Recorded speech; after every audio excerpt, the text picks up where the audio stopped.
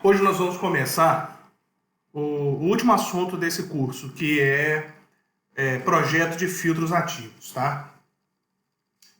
A definição formal de filtro é a seguinte: um filtro elétrico é um quadripolo capaz de atenuar determinadas frequências do espectro do sinal de entrada e permitir a passagem das demais.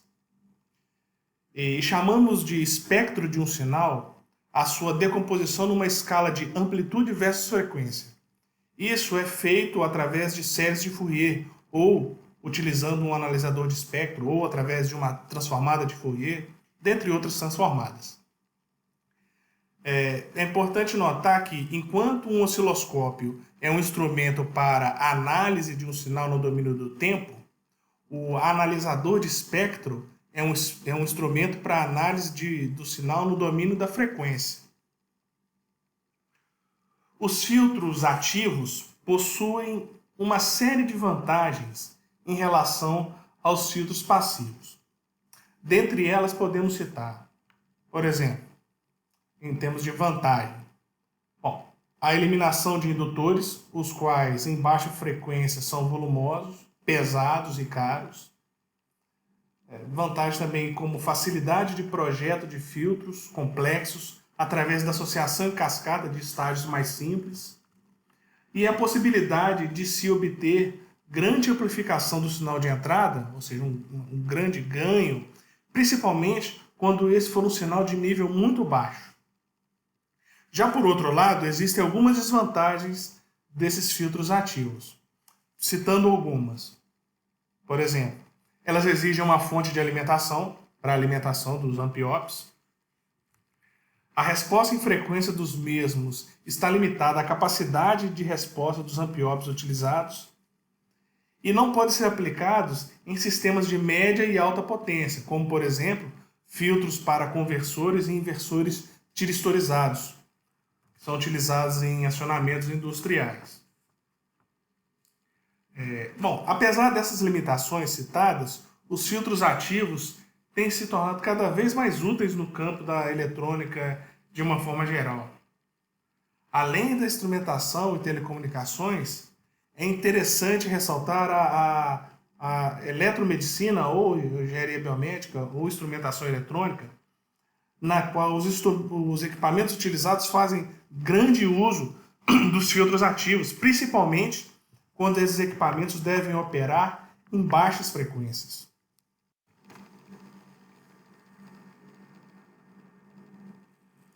Os filtros podem ser classificados sobre 3 aspectos. O primeiro deles é quanto à função executada. O segundo, quanto à tecnologia empregada. E terceiro, quanto à função resposta ou função de transferência ou a aproximação utilizada. Tá? O primeiro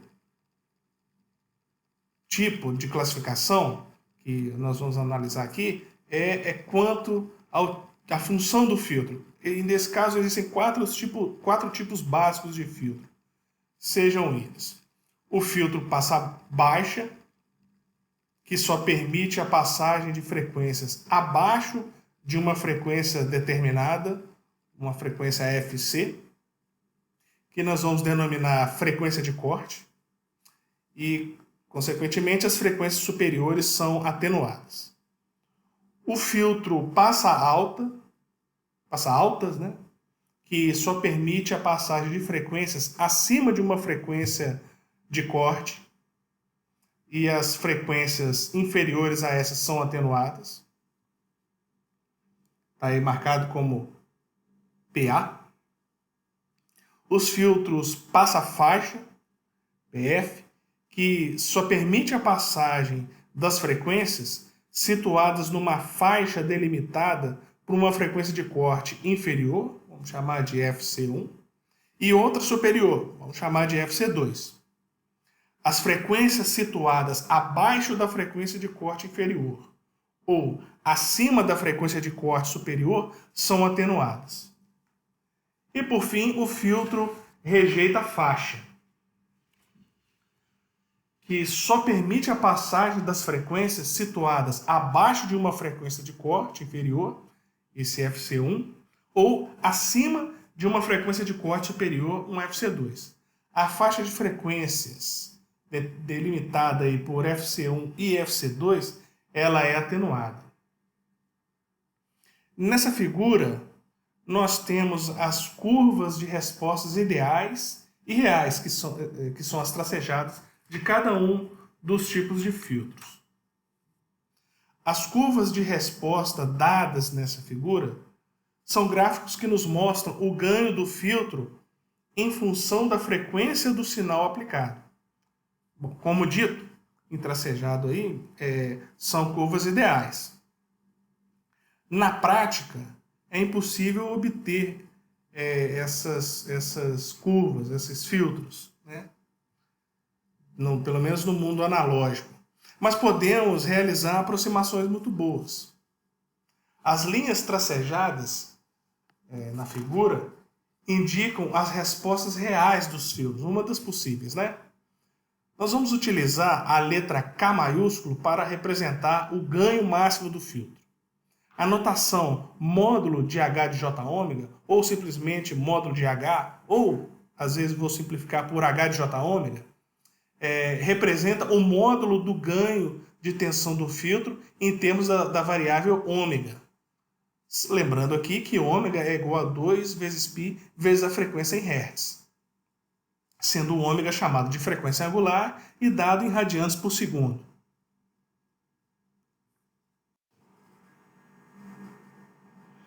A curva de resposta pode ser dividida em diversas faixas. Para o filtro passa-baixa, que é o caso aqui, nós temos a seguinte divisão.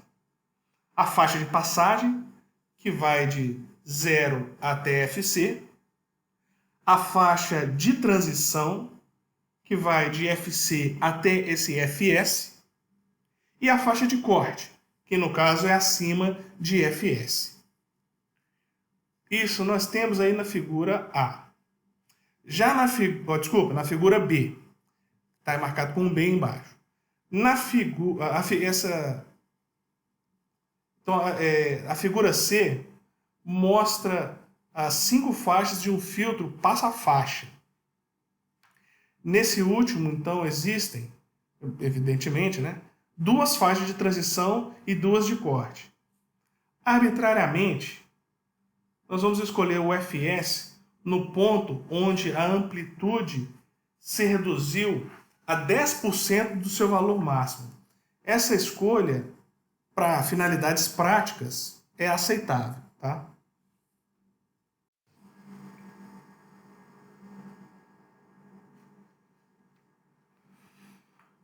Bem, em termos de classificação, o segundo aspecto de classificação dos filtros nos permite considerar 3 tecnologias fundamentais para a construção física de filtros de uma forma geral. Elas são os filtros passivos, que são aqueles construídos apenas com elementos passivos, tais como resistores, capacitores e indutores. Esses filtros são inviáveis em baixas frequências, porque eles exigem, no caso, indutores muito grandes. Essa figura aí, à esquerda, em cima, ela mostra uma possível implementação de um filtro passivo, né? Note que ele não tem uma fonte, é um filtro só construído com esses elementos passivos. Mais à direita, nós temos um exemplo de um filtro ativo, que são aqueles construídos com alguns elementos passivos associados a elementos ativos. E o que são elementos ativos? São as válvulas, são os transistores ou os amplificadores operacionais. A primeira geração de filtros ativos, ela foi construída tendo as válvulas como elementos ativos. Esses eram filtros de alto consumo de potência, né, alto consumo, uma alta margem de ruídos, um ganho razoavelmente baixo, dentre outras características. A segunda geração de filtros ativos já utilizava os transistores, ali por volta da década de 40 e 50. E sem dúvida, As vantagens sobre a primeira geração foram marcantes, mas esses filtros ainda deixavam a desejar em termos de algumas características interessantes para amplificadores. A terceira e atual geração de filtros ativos, que é o que nós vamos estudar aqui, ela utiliza os amplificadores operacionais como os elementos ativos. Tá? A alta resistência de entrada e a baixa resistência de saída dos amp-ops, associada àquelas outras características, como rejeição de modo comum e dentre outras, ela permite então a implementação de filtros com ótimas qualidades elétricas. E por fim, nós temos os filtros digitais. Um exemplo de um esquemático está aí embaixo. Tá? Esses filtros, eles utilizam componentes digitais como elementos construtivos. Em resumo, um sinal analógico tem que ser convertido em sinais digitais através de um sistema de conversão analógico digital. O sinal binário representativo do sinal de entrada é filtrado pelo filtro digital e o resultado é reconvertido em sinal analógico por um sistema de conversão digital analógico. Esses filtros são úteis na situação em que muitos canais de transmissão de dados necessitam ser processados através de um mesmo filtro. E, além disso, necessariamente um filtro digital precisa de um processador, seja ele através de um computador, de um notebook, ou de um DSP, ou de um microprocessador dedicado à implementação desse filtro digital. Um filtro digital, o seu núcleo básico é uma equação, né? E essa equação é implementada dentro dos microprocessadores para que o filtro digital seja implementado na prática, né, no mundo real. O que nós vamos ver aqui nessa aula são as impressões, os primeiros fundamentos e o projeto dos filtros ativos. Okay?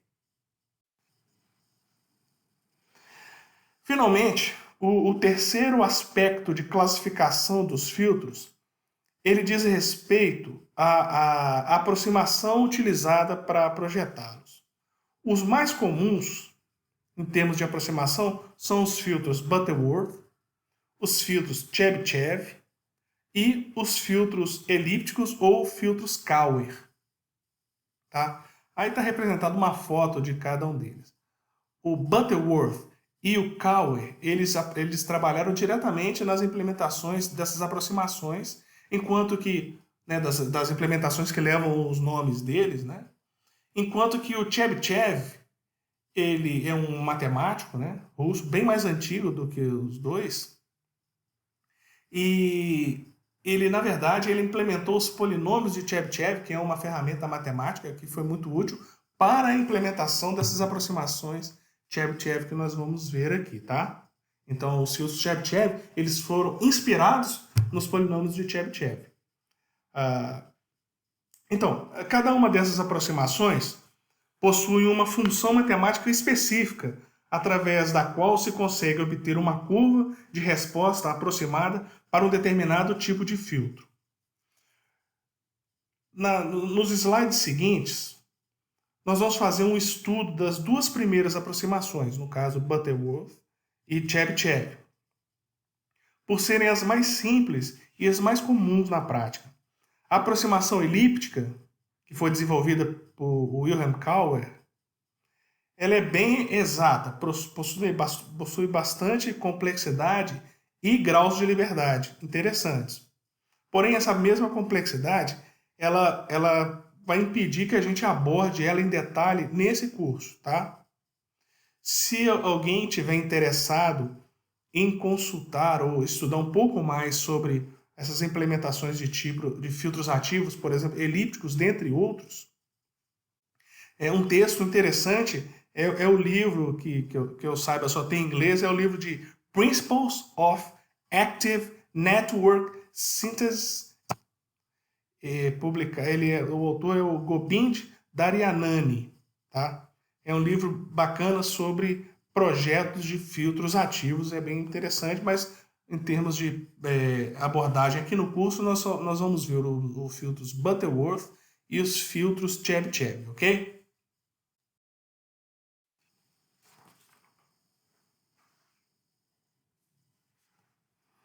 Aqui vamos fazer uma pequena revisão apenas para que alguns fatores, né, alguns termos que eventualmente apareçam no decorrer dos projetos ou na literatura que vocês vão fazer posterior, que eles não fiquem sem correspondência. Vamos fazer uma pequena revisão. Enfim, trataremos então agora de alguns tópicos da teoria de circuitos, muito úteis ao nosso estudo aqui de filtros ativos. Para fazer isso, nós vamos nos basear no circuito RLC série que está aí, tá? Poderia ser qualquer circuito e algumas equações que nós vamos mostrar aqui, elas se alteram dependendo do circuito que for utilizado, mas esse circuito esse RLC série que está aí, ele é interessante pela simplicidade e para demonstrar, né, fazer essa revisão de alguns desses tópicos, tá? Vamos falar primeiro da ressonância.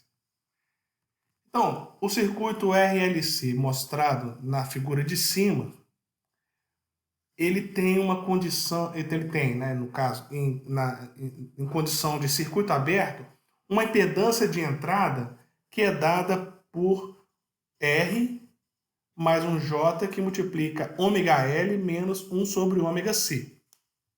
Entendo que isso é claro para todo mundo, tá? Essa impedância, claro, nós estamos falando em função da frequência. Então, se define que o circuito está em ressonância séria, no caso, quando esse Z de ômega, Z de entrada, é apenas real. Ou seja, se nós tivermos um ômega-L menos 1 sobre ômega-C igual a zero. Ou, necessariamente, que o ômega seja igual a 1 sobre raiz de LC. Isso costuma ser chamado de ômega zero, né? E aí, nesse caso específico, quando tiver um ômega igual a um ômega zero, ou quando esse ômega zero for igual a raiz de 1 sobre raiz de LC, nós vamos ter uma corrente máxima passando pelo circuito.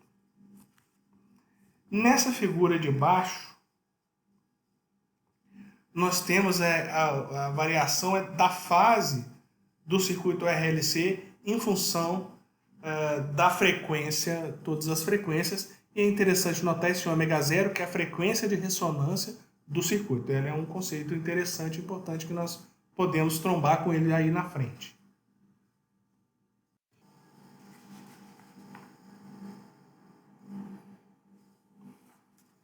Falando agora do fator de qualidade. A resposta em frequência, e vamos considerar que é apenas o módulo, tá? Por simplicidade, ela está plotada nessa figura aí. Vamos observar que ocorre redução tanto abaixo como acima da frequência de ressonância, no caso o ômega zero. Os pontos onde a resposta é 0,707, esses pontos são chamados de pontos de meia potência. Nós podemos achar aí as frequências ômega C1 e ômega C2. E aí, com isso, a gente define a largura de faixa, né, o BW, nesse caso, como um ômega C1 menos um ômega C2, ou como como FC2 menos largura ou ômega C2 menos ômega C1. Vamos falar em termos de frequência em Hz. Então, o BW, a largura de faixa, né, o bandwidth, ele é igual a FC2 menos FC1. Um fator de qualidade, e vamos chamar esse fator de qualidade de Q0,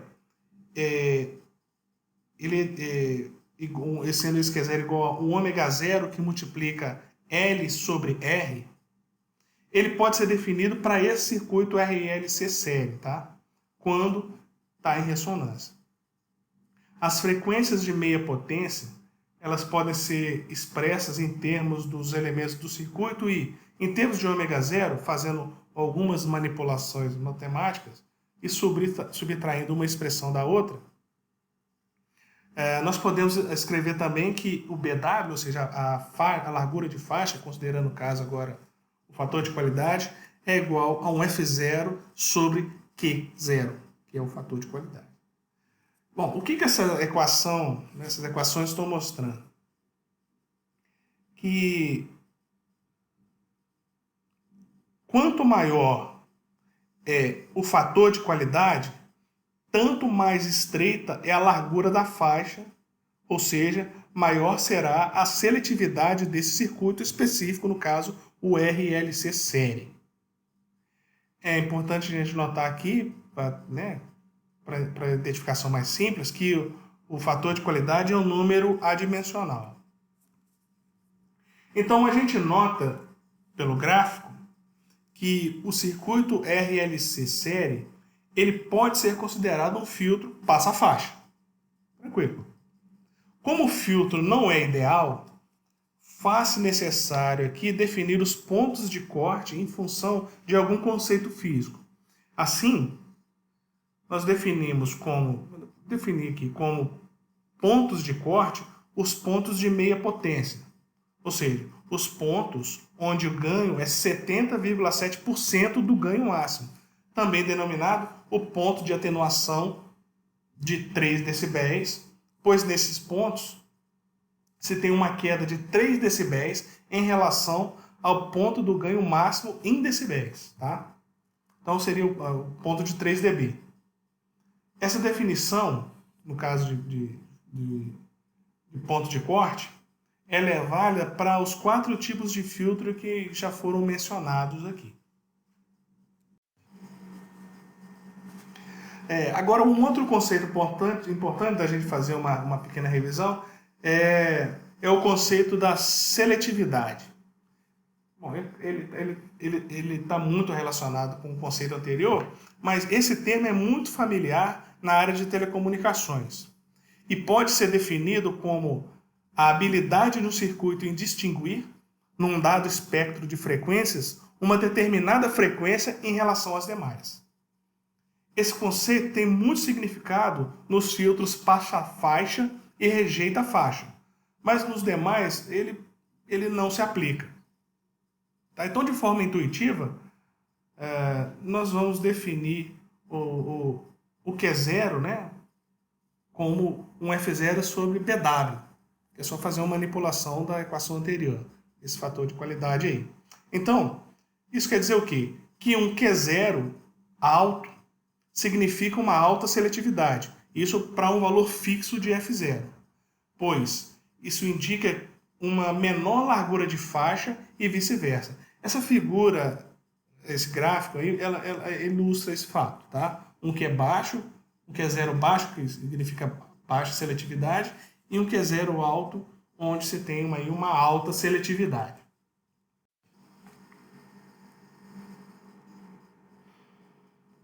Vamos agora partir para essa última característica, que é qual tipo de aproximação ou qual função de transferência nós vamos usar para aproximar os filtros ideais que nós queremos implementar, né? Então, a primeira aproximação é a aproximação de Butterworth. Tá?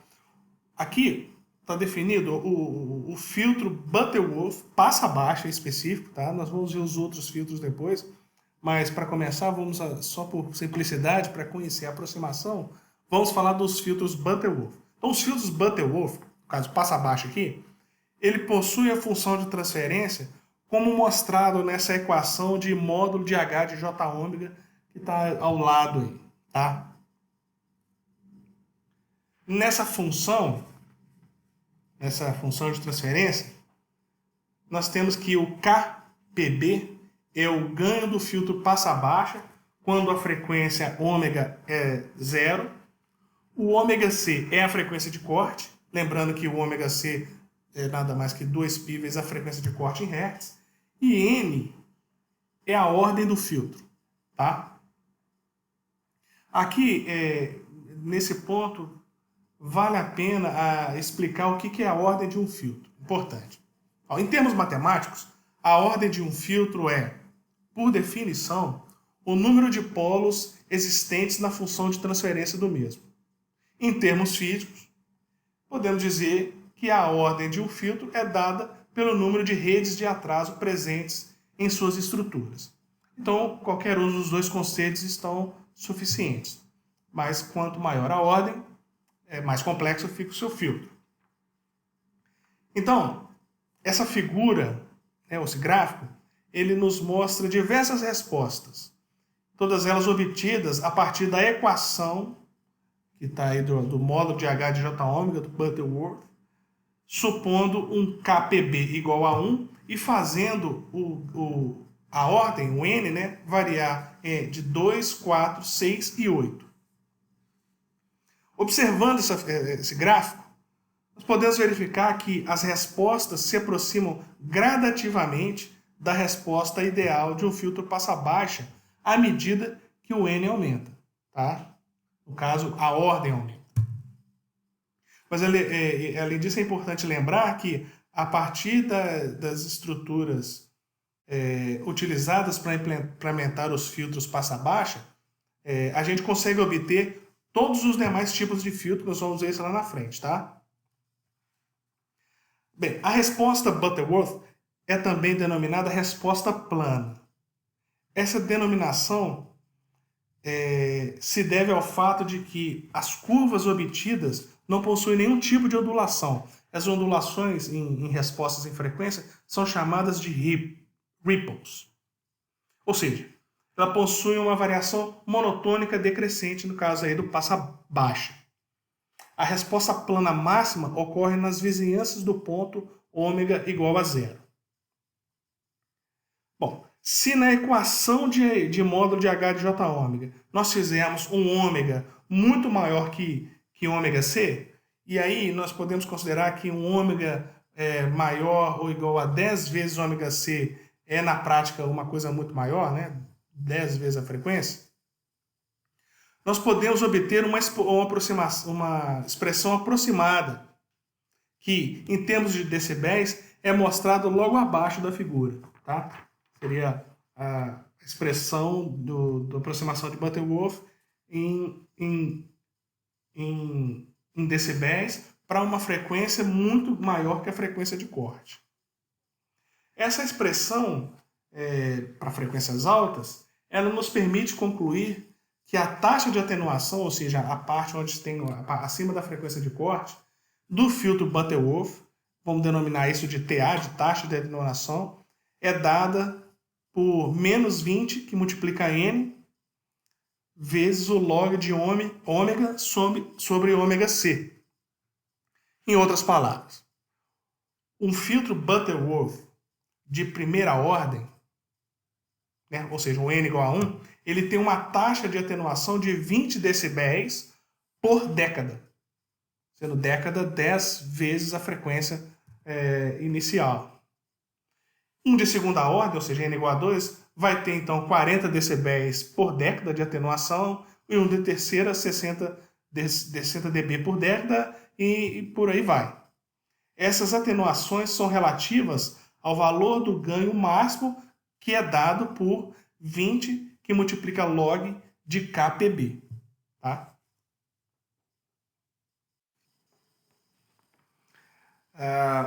Falando agora do Chebyshev, nas frequências próximas à frequência de corte, a resposta do Butterworth não é muito boa se o filtro for de uma ordem baixa.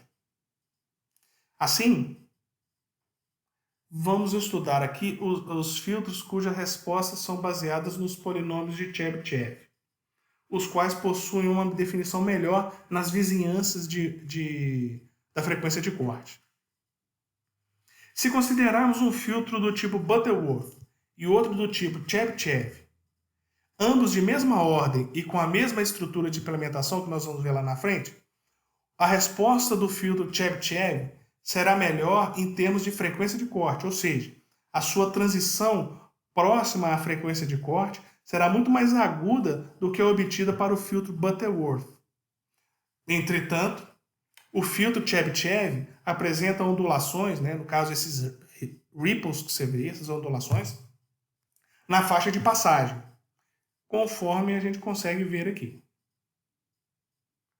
A aproximação sugerida para o filtro Chebyshev passa baixa é mostrada logo abaixo aí. Tá? Com essa equação de módulo de H de J ômega. Nessa equação, o KPB é o ganho do filtro passa baixa na frequência nula, ou seja, ômega igual a zero. Ômega C é a frequência de corte. O E maiúsculo é uma constante que define a amplitude dos ripples que estarão presentes na faixa de passagem. E Cn é o chamado polinômio de Chebyshev, conforme eu mencionei anteriormente. Então, se a gente representar a equação do módulo de H de J ômega, supondo novamente um ganho igual a 1 e uma frequência de corte igual a 1 radiano por segundo, para diversos valores de n, nós podemos montar o gráfico mostrado na figura aí, nesse gráfico. O número de ripples presentes na faixa de passagem é igual à ordem do filtro. Pode contar aí. Por outro lado, a amplitude dos ripples, e vamos chamar essa amplitude de PR, ela depende do parâmetro E. Tá? Outra observação que é importante é que para uma ordem ímpar, os ripples apresentam em ômega igual a zero o seu valor máximo. E para N par, os ripples apresentam em ômega igual a zero o seu valor mínimo. Nota aí a diferença para N igual a 5, né, que é o ímpar que nós temos. A taxa de atenuação dos filtros Chebyshev, no caso passa baixa, é, na maioria das vezes, superior a 20 dB por década. Esse valor pode ser calculado através da expressão de TA que está mostrada aí no slide, tá? Já a amplitude dos ripples, que é o PR, em decibéis, ela está relacionada com essa quantidade E, que está mostrada ali no gráfico. Tá?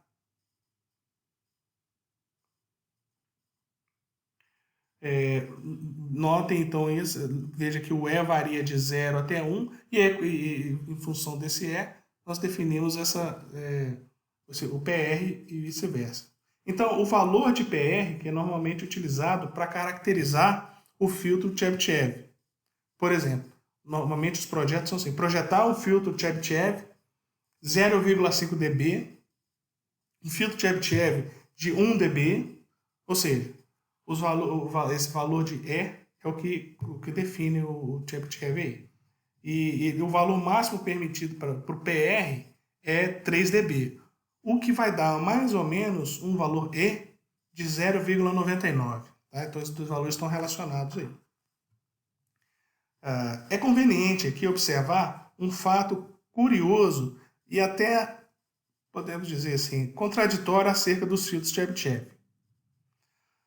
Que é o seguinte: quanto maior a amplitude do ripple, maior vai ser a atenuação obtida na faixa de transição. Tá? Isso coloca o projetista numa situação peculiar, né? Porque os ripples são sempre indesejáveis. Mas, por outro lado, uma taxa de atenuação na faixa de transição é muito importante, né? Atenuação rápida.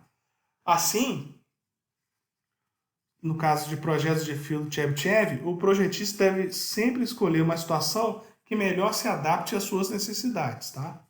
E, finalmente, a gente pode perceber pela equação de TA que, vamos supor que um E igual a 1 e um N igual a 1, os filtros Butterworth e Chebyshev apresentam a mesma taxa de atenuação, ou seja, menos 20 decibéis por década. Assim, não faz diferença distinguir filtros de primeira ordem em termos de uma aproximação Butterworth ou Chebyshev. Quando são filtros de primeira ordem, tanto faz, né? No caso específico aí disso, tá? E por fim aqui, só para ilustrar, vamos falar dos filtros elípticos, tá? Que são os filtros elípticos, ou também chamados de filtros Cauer. Eles apresentam ripples tanto na faixa de passagem como na faixa de corte. Porém, esses são os que têm a melhor definição em termos de frequência de corte, tá? Em outras palavras, a sua faixa de transição é bastante estreita. Esse tipo de filtro é muito utilizado em equipamentos que exigem alta precisão no ponto de corte, bem como uma atenuação acentuada na faixa, né, de corte. Essa figura aí mostra a curva de resposta típica de um filtro elíptico. Nesse caso, foi feito com um filtro de quinta ordem, com uma frequência de corte igual a 1 radiano por segundo.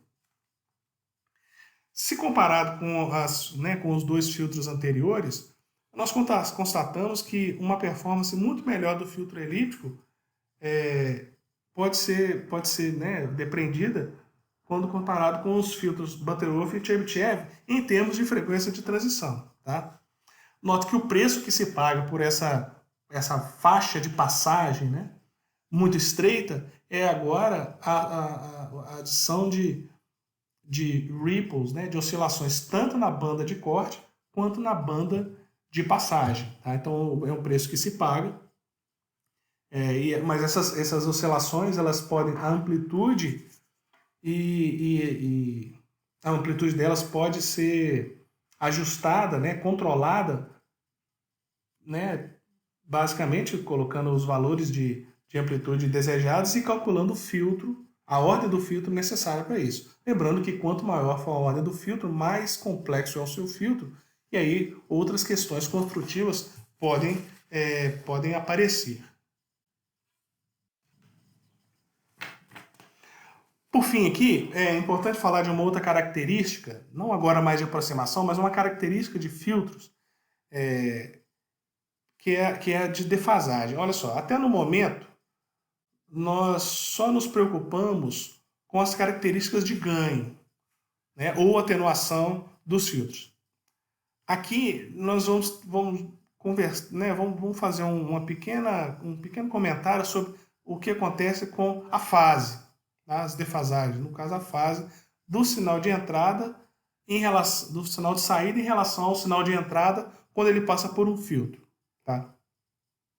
A resposta de amplitude de um filtro Chebyshev para uma determinada ordem é melhor que a do tipo Butterworth da mesma ordem, isso considerando apenas a questão de faixa de transição.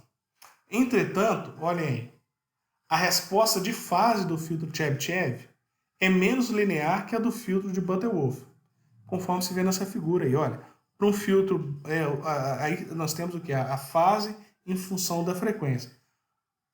Temos a resposta de um filtro Butterworth de sexta ordem e as respostas de vários filtros Chebyshev com E igual a 0,6 para a ordem variando de 2 até 7. Então, note que em termos de comparação, o filtro Chebyshev e o filtro de ordem 5 e o Butterworth de ordem 6 estão mais ou menos na mesma faixa aí de defasagem. Só que o filtro Chebyshev, ele adiciona, né, ele altera a fase das frequências que compõem o sinal de entrada de uma forma muito mais não linear do que o filtro Butterworth, que é praticamente todo linear aí, até um ômega igual a sei lá, 1,5 radianos por segundo, ou talvez um pouco mais. Enfim, existem situações nas quais essa defasagem entre sinal de entrada e saída pode prejudicar a performance de um sistema. Por exemplo, isso ocorre quando se transmite sinais digitais em vias telefônicas. Nesse tipo de transmissão, o sincronismo ele é fundamental e a ocorrência de atrasos pode causar distúrbios nessa rede de transmissão. Outra coisa é quando você transmite um sinal de voz ou uma música ou um sinal de áudio, né?